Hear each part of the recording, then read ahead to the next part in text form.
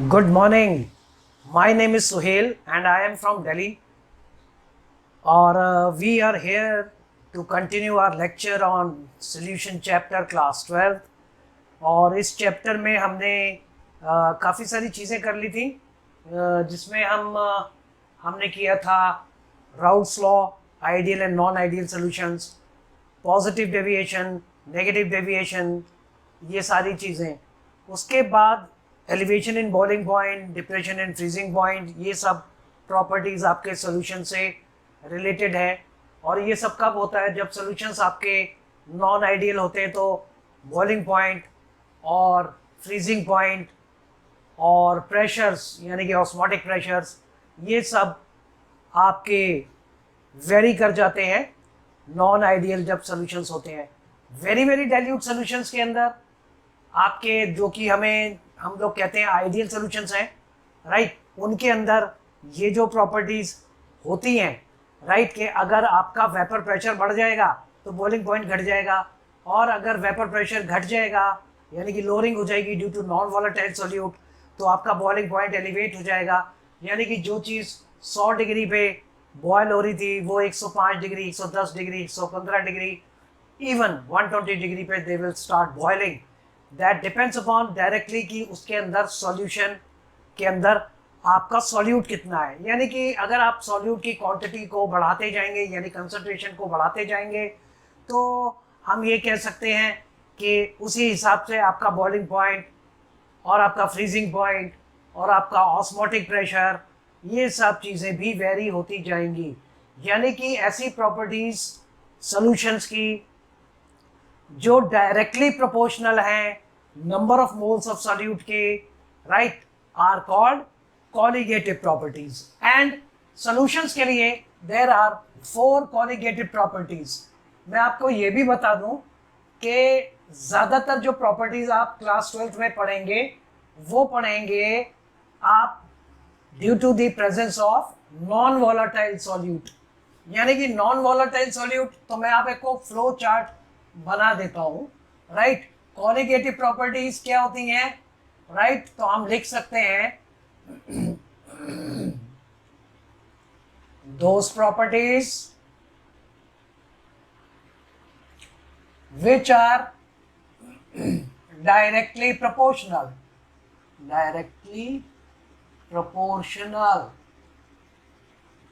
किसके?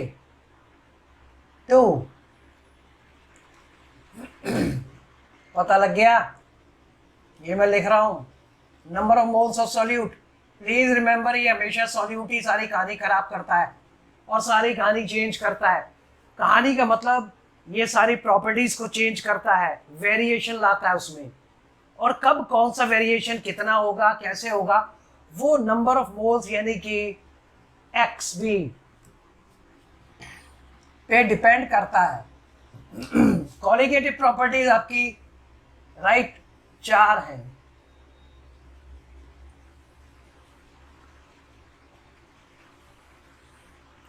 तीन और एक ये 4. सबसे पहले है relative lowering of vapour pressure, P0 minus PS upon में P0. P0 नीचे आ गया तो मतलब इसके रिलेटिव लोअरिंग यानी कि ऊपर वाला लोअरिंग है, कितनी हो रही है, इज N2 बाई N1. क्योंकि इसके अंदर N2 को नेग्लेक्ट किया हुआ है तो डायरेक्टली प्रोपोर्शनल किसके हुई? N2 के. तो N2 is the number of moles of solute. Relative lowering of vapor pressure is again a colligative property. ये आप पिछले लेक्चर्स में पढ़ चुके हैं, राइट. दूसरा होगा, ठीक है जी, elevation. Elevation in boiling point. आप चाहें तो नोट कर सकते हैं. वैसे आपको पता होगा CBSE का पैटर्न चेंज हो रहा है, एजुकेशन पॉलिसी भी चेंज हो गई है, और अब आपको उस तरह के क्वेश्चंस आएंगे जो नॉलेज बेस्ड होंगे. Numericals will be asked very less. Numerical बहुत कम पूछे जाएंगे क्योंकि न्यूमेरिकल से आपकी नॉलेज नहीं बढ़ती, आपका एप्टीट्यूड बढ़ता है कि किस चीज़ को कैसे कैलकुलेट करना है. न्यूमेरिकल्स आपको MSc वगैरह में ज़्यादा काम आते हैं क्योंकि you are basically doing an specialisation कर रहे हैं आप केमिस्ट्री के अंदर. Secondly, if you want to be a chemical engineer or you want a metallurgical engineer, so there you need to have lot of calculations. But for doing, in case you are going to do BTech in computer science or in any other mechanical, electronics, electrical, right, polymer sciences, so then you don't have to do much of these. But the pattern for JEE, NEET, NEET, they are all going to change very soon, right? So elevation in boiling point कब होगा? जब आपका non volatile solute होगा.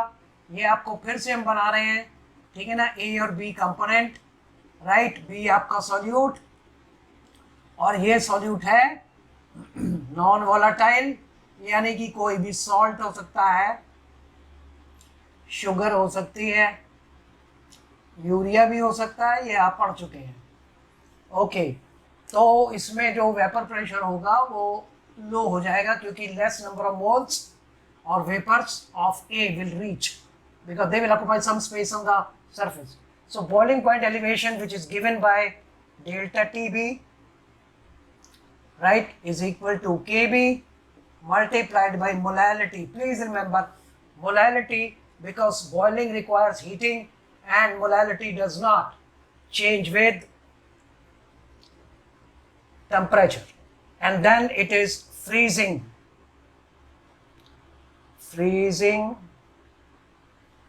point depression. Books में लिखा हुआ है depression in freezing point, एक ही बात है. It is given by the mathematical formula delta TF, F for freezing, B for boiling. This is KB, this is KF. Molar elevation constant. This is molar, right, depression constant. That's what you call is cryoscopic and ebuloscopic constant also. And finally, osmotic pressure. Very important. इस पे कई बार journal question, journal understanding पे आते हैं. अब चीज़ों को आप रट्टा नहीं मार सकते. You can not just rote learning नहीं कर सकते. The question paper is going to be different. Please remember. Okay, so osmotic pressure is pi is equal to CRT. T for temperature, R is gas constant, C is the concentration. So C क्या है? Concentration. Molarity. R is gas constant. बच्चे सोच रहे होंगे gas constant solution में क्या कर रहा है. तो सोल्यूशन के केस में इसको हम सोल्यूशन कांस्टेंट भी बोलते हैं. Is that right? और T तो टेम्परेचर है, TEMP. ठीक है ना, ये तो आपने नोट कर लिया होगा. अब इसमें से एक एक करके हम प्रॉपर्टीज लेंगे. ये तो आप पिछले लेक्चर्स में कर ही चुके हैं. और रिलेटिव ये है ऊपर वाला हिस्सा लोअरिंग, ये relative lowering with respect to pure state directly proportional है number of moles of solute के. Hence it is a colligative property. अगर क्वेश्चन आता है prove that relative lowering of vapour pressure is a colligative property, तो आप ऐसे prove कर सकते हैं, जो कि हमने पिछले लेक्चर्स के अंदर किया है. ओके, वो आप मेरे पिछला लेक्चर देख सकते हैं. ये मैं मिटा रहा हूँ. Then we go ahead with the another colligative property that is called osmotic pressure. It's called osmotic pressure. Let's start it. Okay, osmotic pressure. ये प्रेशर बहुत कई बार तंग करते हैं I think. But osmotic pressure या को सीखने से पहले आपको दो चीजें सीखनी होंगी, ऑस्मोसिस और डिफ्यूजन. प्लीज रिमेंबर, ठीक है ना. We are doing diffusion first. पहले ये समझ लो डिफ्यूजन क्या होता है. ज़्यादातर बहुत सारे बच्चों को नहीं पता होता कि इफ्यूजन क्या होता है, डिफ्यूजन क्या होता है, राइट, फ्यूजन क्या होता है. जैसे कि एब्जॉर्प्शन, एड्सॉर्प्शन, इवापोरेशन, बॉइलिंग, ये वो फिनोमिनाज हैं जो काफ़ी सारे उसके अंदर यूज़ होते हैं डिफरेंट टॉपिक्स के अंदर. So you should be thorough about it. Okay. Today I'm not. The throat is, drying again and again. I don't know why. All right, let's go. So the first property, colligative, is osmotic pressure. We are going to do, but for that you have to learn diffusion. Diffusion कुछ नहीं है हिंदी में, ये लो, intermixing of particles of solute and solvent. मैं समझा देता हूं, ये डिफ्यूजन बहुत स्लो होता है। मान लीजिए ये बीकर है, इसके अंदर ये है कंसंट्रेटेड कॉपर सल्फेट सॉल्यूशन जो डार्क ब्लू कलर का होता है। किस कलर का होता है? Dark blue. Organic chemistry, coordination chemistry में आप पढ़ेंगे कि CuSO4 डार्क ब्लू क्यों होता है, रेड क्यों नहीं होता। ठीक है जी। अब ये सारा सोल्यूशन जो है मान लीजिए क्या है, कंसंट्रेटेड डार्क ब्लू। ऊपर से हमने या तो हमने प्योर वाटर डाला और या फिर डाइल्यूट, ये क्या है, कंसंट्रेटेड। डाइल्यूट कॉपर सल्फेट भी डाल सकते हो, बट वेरी केयरफुली, आप जो कॉपर सल्फेट या वाटर इसमें ऐड करेंगे, is that right, test tube से ऐसे ऐसे जा रहा है, वो along with the walls of container,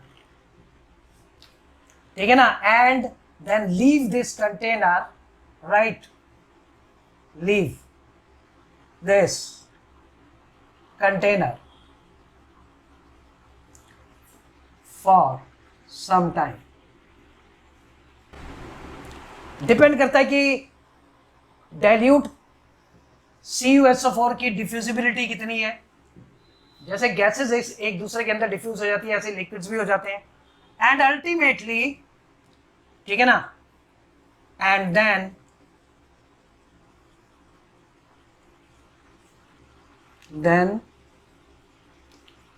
EQM, equilibrium is attained between dilute and concentrated solutions. Therefore, uniform,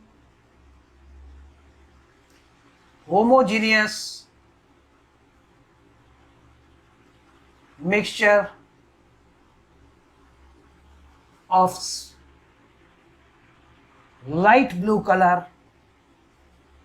light blue हो जाएगा, क्योंकि डार्क में आप डाइल्यूट डाल रहे हो तो ये भी कम नीला होगा, अगर पानी डाल रहे हो तो और जल्दी आपका लाइट ब्लू हो जाएगा। ठीक है जी। तो uniform homogeneous mixture of light blue colour is obtained. तो हुआ क्या है ऊपर, slowly intermixing of solute and solvent particle takes place. This process is called diffusion. ठीक है ना, is called, हो गया ना, इजी था, डिफ्यूजन। भाई लोगों, सब चीजें इजी हैं, ठीक है जी। तो हमने कुछ नहीं कहना है, हिंदी में अगर कोई पूछता है या इंग्लिश में पूछता है, intermixing of solvent and solute particles is called, right, diffusion. Okay, ये मैं मिटा देता हूं, ये आपने सीख लिया होगा। तो अब आपको पता लग गया कि ये intermixing of solute and solvent particles को हम डिफ्यूजन बोलते हैं। अब देखिए, now let it dry a little bit. Okay, so this is another container. अब हम ये लोग यूज कर रहे हैं वर्ड, राइट, ऑस्मोसिस। क्या होता है ऑस्मोसिस? ऑस्मोसिस में इंटरमिक्सिंग होती है। अगेन हम रखेंगे intermixing of solute and solvent, but through, हाँ जी, through SPM, that is right, semi permeable membrane. What do we call? Semi permeable membrane. Okay, अब ये सेमी परमिएबल मेम्ब्रेन यहां हमने लगा दी। सेमी परमिएबल मेम्ब्रेन ब्रैकेट में लिख सकते हैं, ओनली अलाउज प्लीज रिमेंबर, बड़ा बड़ा लिख रहा हूं थोड़ा, only allows solvent molecules right to pass through it. तो सेमी परमिएबल मेम्ब्रेन का भी आपको पता लग गया। सेमी परमिएबल मेम्ब्रेन हमारे शरीर में भी होती है, इवन जो सेल के ऊपर सेल सैप और उसकी जो वॉल होती है वो भी सेमी परमिएबल मेम्ब्रेन होती है। जितने भी प्लांट्स हैं उनकी जो रूट्स है उसके ऊपर सेमी परमिएबल मेम्ब्रेन होती है। Is that right? तो आप ये देखें कि अगर कोई पेड़ या प्लांट आपका गंदे नाले में लगा हुआ है, से फॉर एग्जाम्पल वो सिंगाड़े का है या अमरूद का है, राइट, तो पानी ही अंदर जाएगा, अमरूद के अंदर कोई गंदापन नहीं आएगा, ना पेड़ के अंदर आएगा, राइट। Is that right? तो अमरूद तो बिल्कुल प्योर होगा, ठीक है। इसी तरह आप सिंगाड़ा खाते हैं जो गंदे नाले में ही उगता है, तो बट उसके अंदर प्योर वाइट होता है अंदर से। So it allows only solvent यानी कि water molecules to pass through it. Is that right? So intermixing अगर हमारी सेमी परमिएबल मेम्ब्रेन के थ्रू होगी, राइट, तो उस प्रोसेस को हम बोलेंगे ऑस्मोसिस। मगर इसमें कंसंट्रेशन का चक्कर है जो आप सीख लीजिए।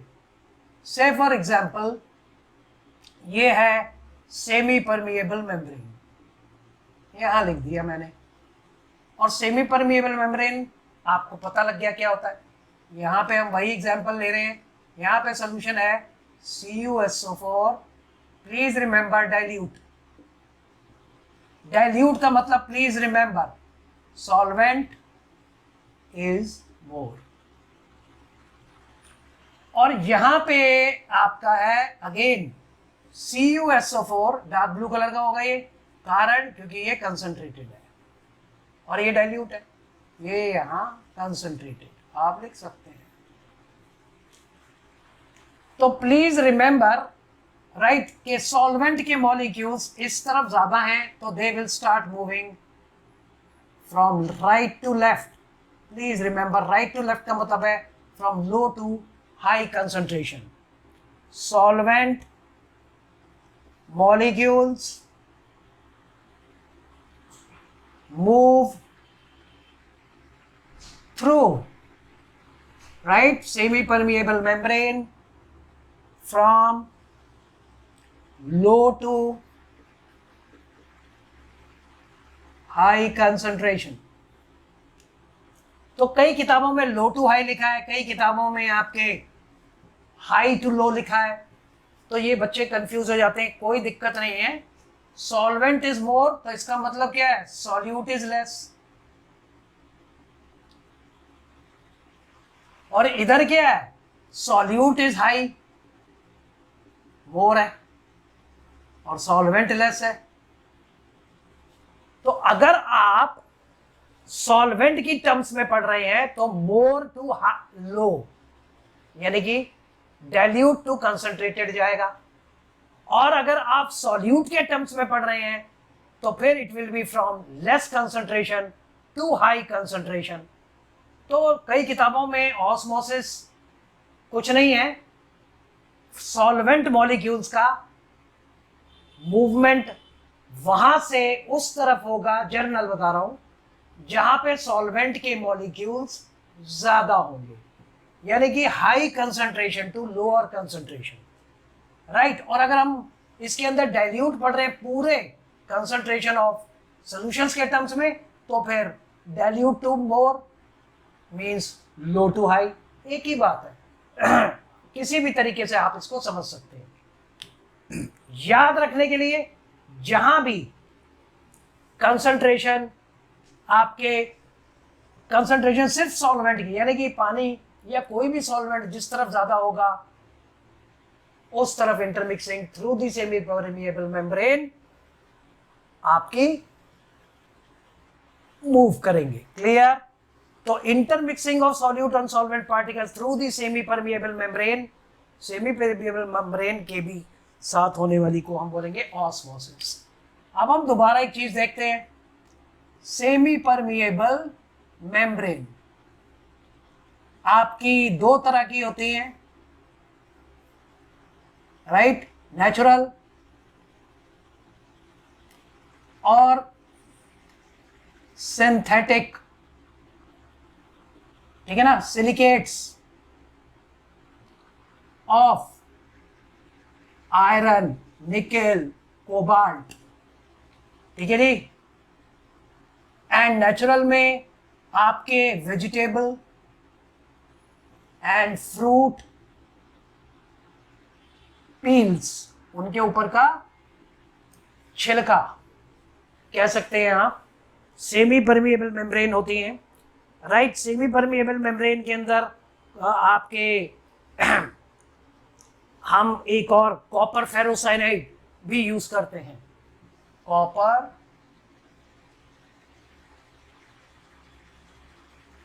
फेरोसाइनाइड भी लिख सकते हो आप, एग्जाम्पल्स के तौर पे कभी पूछ लिया जाए तो ये आर्टिफिशियल है, right. Vegetable and fruit peels.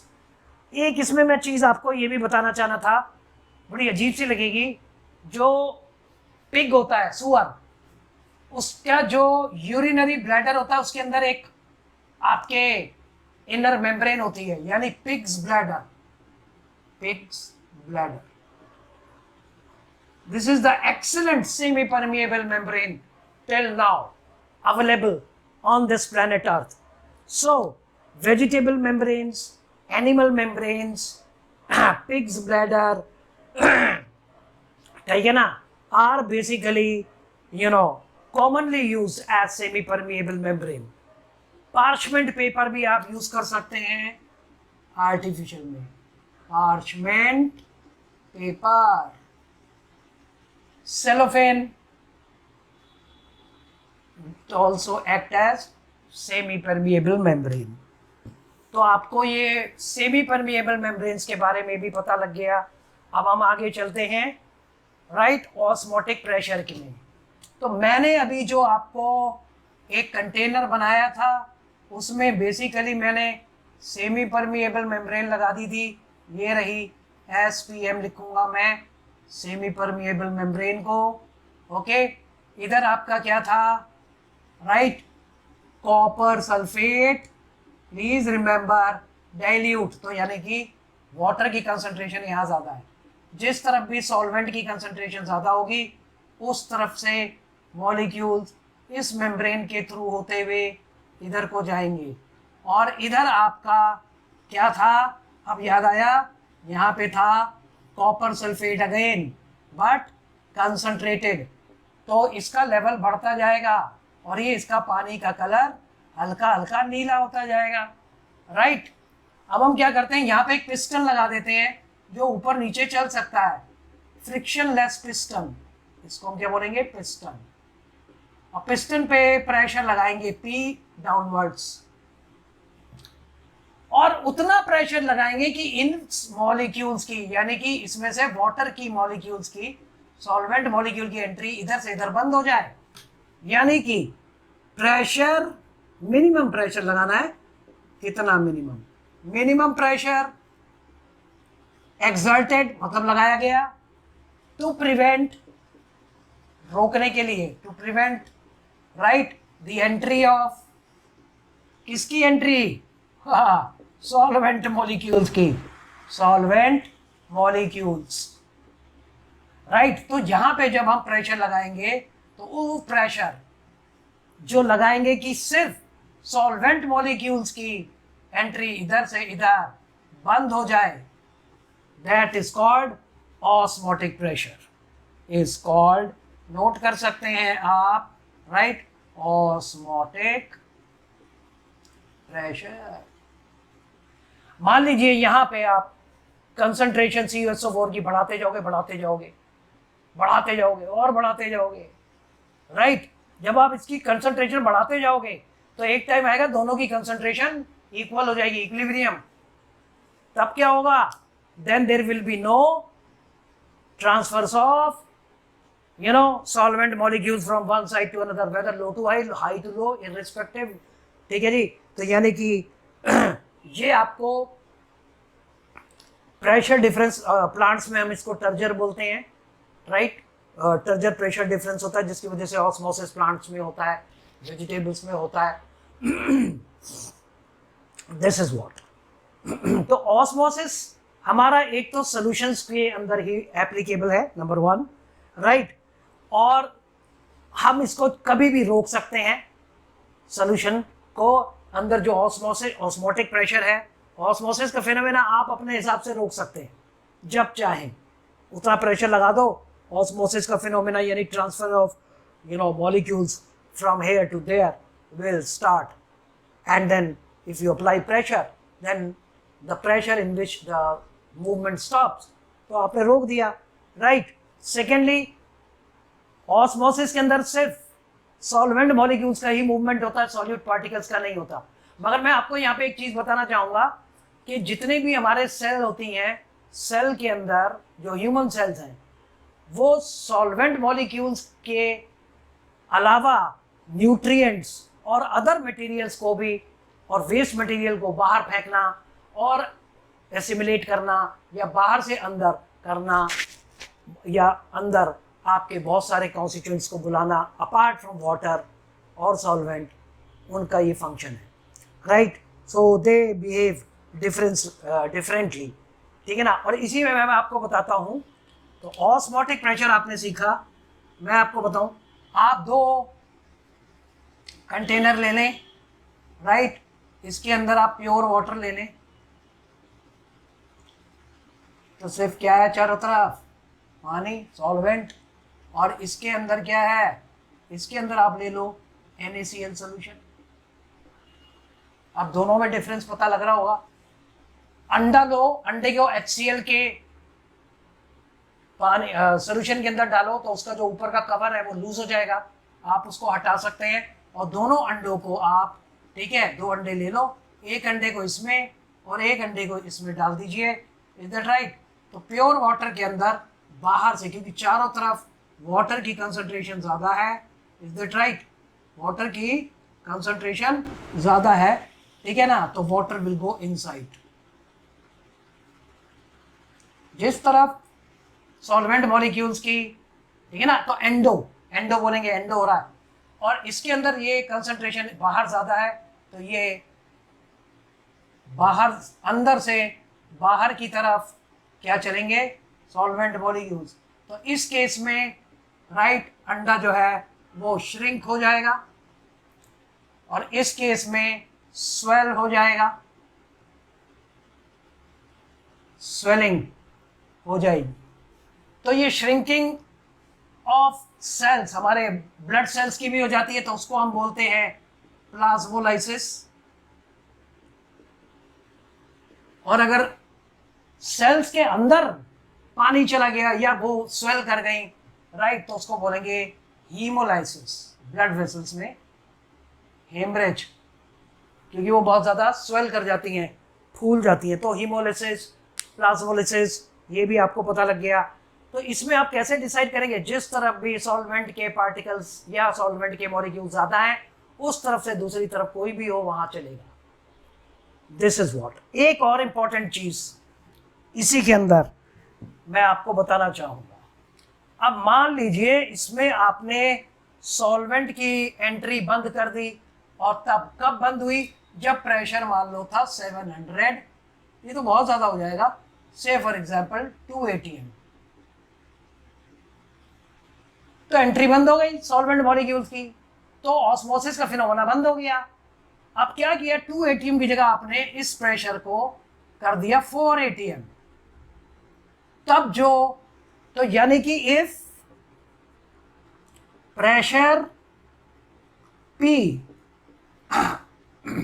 और पाई भी बोल सकते हो, एक्सर्टेड, जो आप एक्सर्ट कर रहे हैं, इज मोर देन, इसको हम अंडरलाइन करेंगे, more than, is more than osmotic pressure. जो ऑस्मोटिक प्रेशर है उससे ज्यादा प्रेशर अगर आप लगा दोगे, ठीक है ना, देन मॉलिक्यूल्स, ठीक है, would start moving right in reverse direction, reverse direction,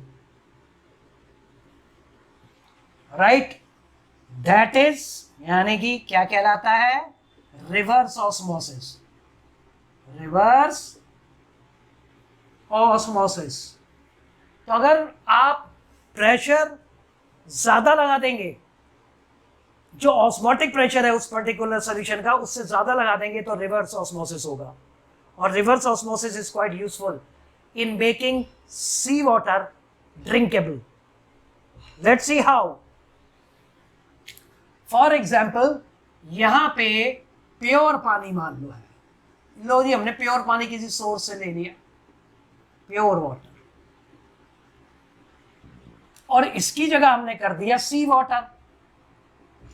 lot of minerals are there, और सेमी परमिएबल मेम्ब्रेन के हिसाब से, जो ऑस्मोसिस के हिसाब से प्योर, ये ऐसे ऐसे ही चलेगा जैसा बना हुआ है। अब आपने प्रेशर लगाया 2 atm, तो ये इसका रुक गया, और फिर लगा दिया 4 atm, तो अब आपका इधर से इधर मूवमेंट शुरू हो गया, इधर से इधर जी, देखिए इधर से इधर, इधर से इधर, रिवर्स ऑस्मोसिस। इसका मतलब ये हुआ कि सी वाटर में से सिर्फ वाटर मॉलिक्यूल निकल के इस तरफ जा रहे हैं, और इसका प्रेशर, इसका लेवल बढ़ता जाएगा। ओके, तो यानी कि सी वाटर या खारा पानी, खारा, मेरे को हिंदी ज़्यादा नहीं आती, खारा पानी, तो खारा पानी ले लो आप, या इसको बोल दें कि कुछ लोग कुछ ही बोलते हैं खारा पानी, सी वाटर। तो इसमें से वाटर मॉलिक्यूल निकल के इधर जाएंगे और प्योर वाटर में ऐड होते जाएंगे। तो इसका मतलब we can make sea water drinkable. तो कई बार क्वेश्चन आता है, how can you make sea water drinkable? तो आप कह सकते हैं by not osmosis but by reverse osmosis we can make sea water drinkable. We can make sea water drinkable. So these are certain points, और आप इनको ध्यान से देखें कि कब क्या हो रहा है। Is that right? और आप ये बात समझ सकते हैं। क्लियर? तो ऑस्मोसिस, तो सेमी परमिएबल मेम्ब्रेन जो सेलुलोज एसीटेट की भी होती है, वो आप नोट कर लेना, क्योंकि सेलुलोज एसीटेट राइट आपका जो है स्पेशली उसके पोर साइज बाग काफ़ी छोटे होते हैं, और secondly it allows water molecules to pass through very efficiently right from the sea water. तो जो आर, जिसको क्या बोलेंगे, R for reverse, O for osmosis, R O. ये जो आर ओ आपके घर में लगा है, जिसको कहते हैं कि भाई खारा पानी मीठा करें, अरे भाई खारा पानी मीठा करें यानी प्योर वाटर करें, या फिर आपका अंडरग्राउंड वाटर जो होता है, ग्राउंड वाटर वो थोड़ा हार्ड होता है, hard water into soft water, mineral उसमें से निकाल दें, ठीक है ना। वैसे आर ओ ठीक करने वाला आता है, उससे पूछना आर ओ क्या होता है, बहुत ये तो खारा पानी को मीठा पानी कर देता है, तो इसका मतलब आर ओ का मतलब क्या होता है? सर पता नहीं आर ओ का मतलब क्या होता है, बट इसको आर ओ बोलते हैं सर, तो आप बता देना रिवर्स ऑस्मोसिस। तो फिर वो पूछेगा ये क्या होता है। तो ऐसे बहुत सारे लोग हैं कि कैंडल कैसे बदलनी है, तो छोटी छोटी चीज़ें भी आपको इसके अंदर साइंटिफिक जो भी टेक्नोलॉजी लगी है, please remember right, the water is pass through the activated charcoal, what you call is candle right, but bacteria can not be filtered like this. Alright, as far as it is very difficult, bacteria का size ही बहुत छोटा होता है, एक सुई की tip पे 20 मिलियन बैठ जाते हैं बैक्टीरिया। अब देख लो कितने साइज होता है। On a tip of a needle 20 million bacteria can sit all together. तो फिर आरओ जो है जी फिल्टर कर देता है, बैक्टीरिया पीछे रह जाता है, अल्ट्रावायलेट डाल देते हैं, मर जाता है। कभी मरता बैक्टीरिया? ऐसे मर जाता है बिना एंटीबायोटिक के। कोविड मरा, वायरस है, नहीं मरा ना, कोशिश कर रहे हैं ना मारने की। पानी में भी हो सकता है, किसी भी जगह हो सकता है, सरफेस पे हो सकता है, anywhere. Alright, now you understand RO. Now mathematical part osmotic pressure का हम ले रहे हैं, जिसको आप वेंट ऑफ इक्वेशन बोलते हैं। Let's do it. Please remember, ये वेंट ऑफ इक्वेशन राइट, ये van't Hoff equation is basically called van't Hoff equation for dilute solutions, और dilute solutions are ideal solutions. So जितनी भी क्वालिटेटिव प्रॉपर्टी है they are valid only for ideal solution. Non ideal होगा ना, हमेशा valid नहीं आएंगी, मतलब कि उनसे मॉलिक्यूलर मास निकाला हुआ गलत आएगा। इसी को तो कहते हैं एब्नॉर्मल मॉलिक्यूलर मास। ये आ गया समझ में? Colligative properties are those properties directly proportional हैं किसके, number of moles of solute के। ये आपने नोट कर लिया होगा, ठीक है जी। मैथमेटिकली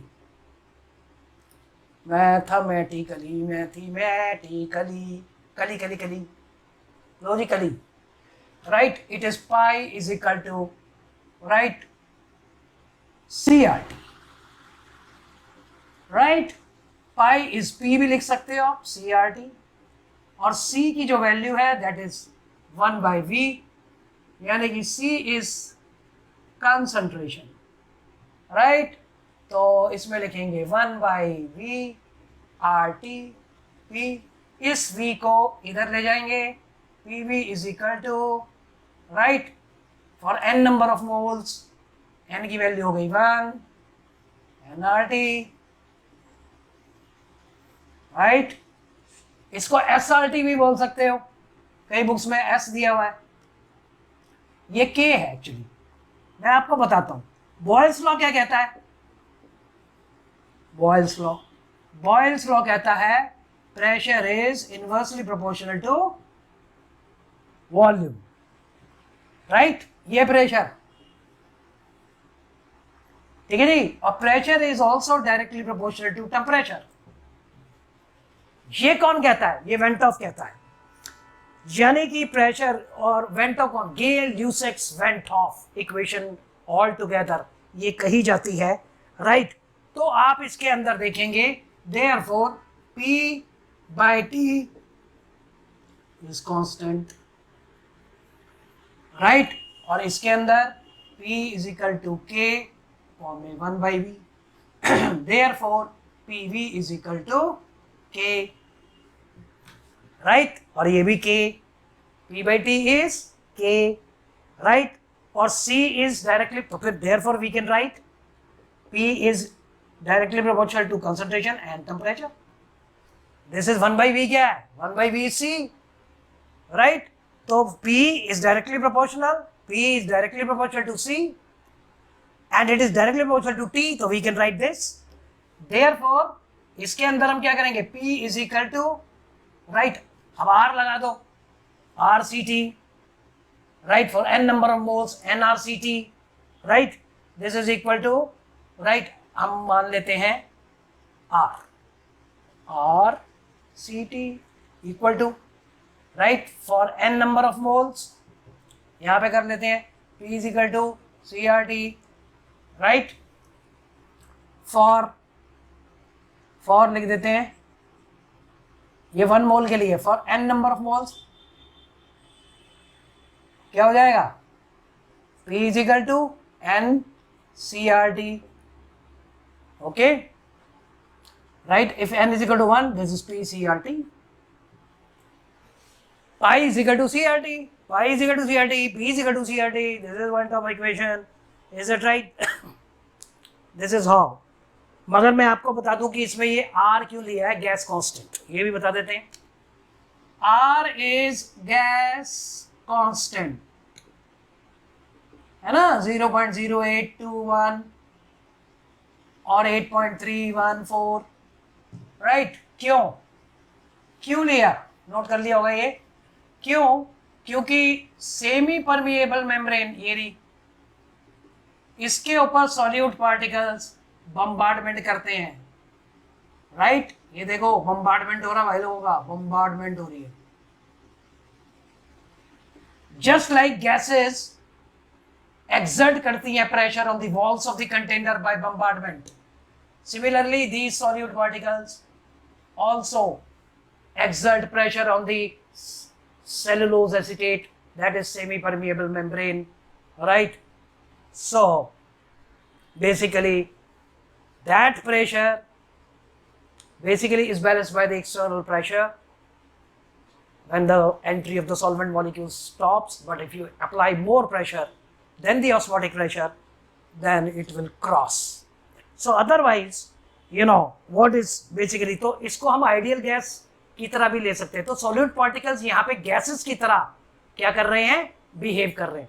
भाई लोग बहुत तेज हैं। और एक थे बर्कलेस और हार्टलेस, उन्होंने ये एक्सपेरिमेंट बनाया था जिससे कि ऑस्मोटिक प्रेशर को आप डील कर सकते हैं।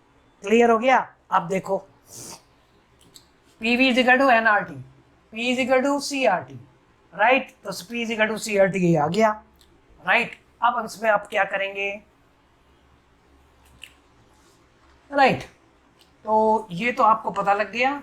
अब हम CRT के अंदर, right, concentration is number of moles upon में N by V RT which is equal to P, right? P is equal to NRT हो गया, right? और N क्या है? number of moles, so PV is equal to NRT। N की value क्या होगी, right? W2 upon में M2 multiplied by RT which is equal to PV, given mass upon में molecular mass, so PV will be equal to W2 upon M2। इसमें से आप M2 की value निकाल लेंगे, तो M2 will be equal to WRT हो गया M2, ये M को यहीं रख जाएंगे, बाकी क्या बचा, PV मॉलिक्यूलर मास। बहुत ही डाइल्यूट सोल्यूशन है तो मॉलिक्यूलर मास बिल्कुल करेक्ट आएगा, और जैसे जैसे नॉन आइडियल की तरफ सिचुएशन जाती जाएगी, यानी कि number of moles of solute बढ़ते जाएंगे, कोलिगेटिव प्रॉपर्टी चेंज होती जाएगी और मॉलिक्यूलर मास एबनॉर्मल होते जाएंगे। दैट इज व्हाई, राइट, क्योंकि सॉल्यूट पार्टिकल्स कई बार डिसोसिएट हो जाते हैं पानी के अंदर, यानी कि सॉल्यूशन में जाते ही ये कई बार डिसोसिएट नहीं होते। ठीक है जी, एक चीज। दूसरा चीज, कई बार सोल्यूशन नॉन आइडियल होता है, तो एबनॉर्मल मॉलिक्यूलर मासेस क्यों दिखाते हैं इसका हम आगे आपको बताएंगे, राइट? तो ये भी नोट कर लिया होगा मैथमेटिकली। अब आप देखिए two solutions having same osmotic pressure, ठीक है जी, आर कॉल्ड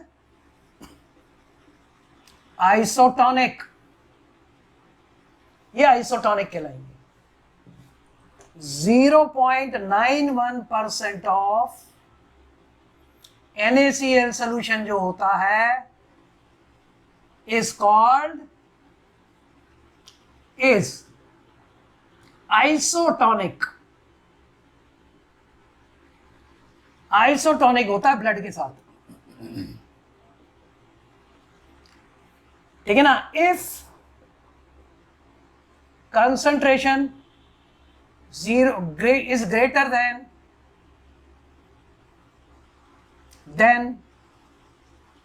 फिर सोल्यूशन की कंसंट्रेशन इस कंसंट्रेशन से किसी सोल्यूशन की ज्यादा हो गई, या ब्लड की ज्यादा हो गई, या इसकी खुद की ज्यादा हो गई, then the solution is higher side में टॉनिक। इफ कंसंट्रेशन यानी कि 0.91% से कम है,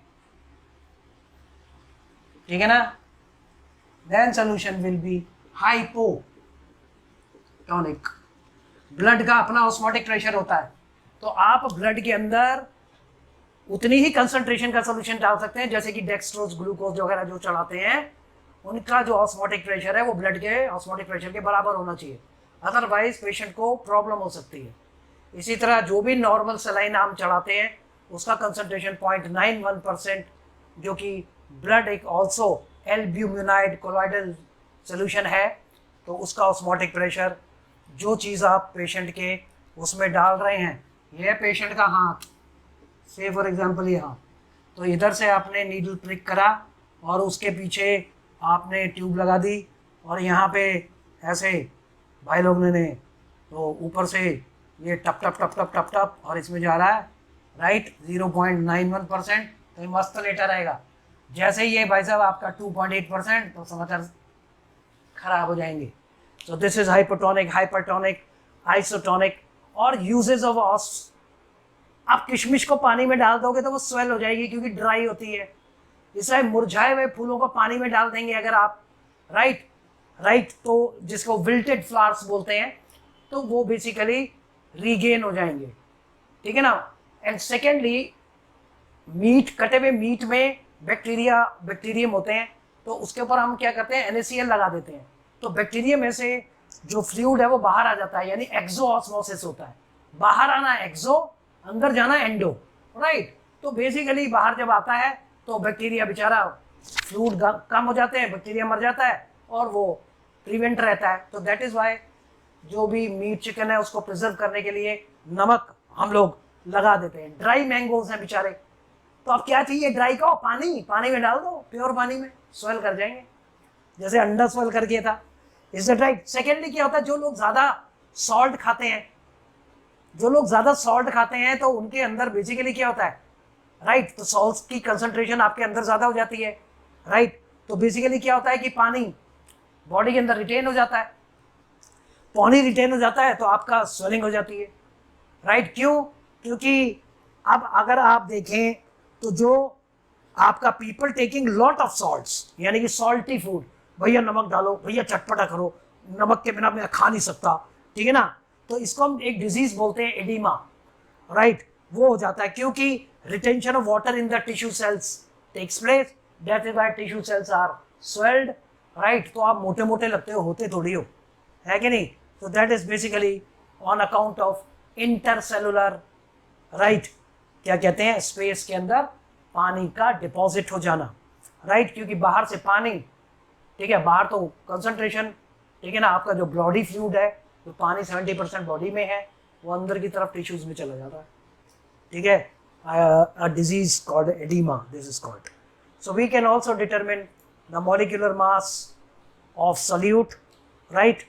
और secondly for calculation of molecular masses ये क्वेश्चन आता है, which property is used specially for polymers, proteins, यानी कि आपके जो बायोमोलिक्यूल्स हैं, ठीक है ना।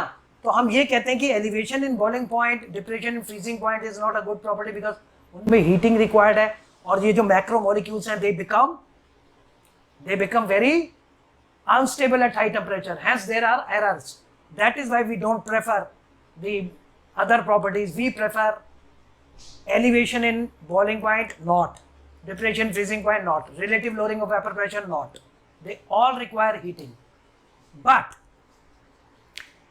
once it's come to osmotic pressure, the osmotic pressure can be calculated at room temperature. Number one, no heating required, ठीक है ना. So there is no, what do you call, instability comes in molecules.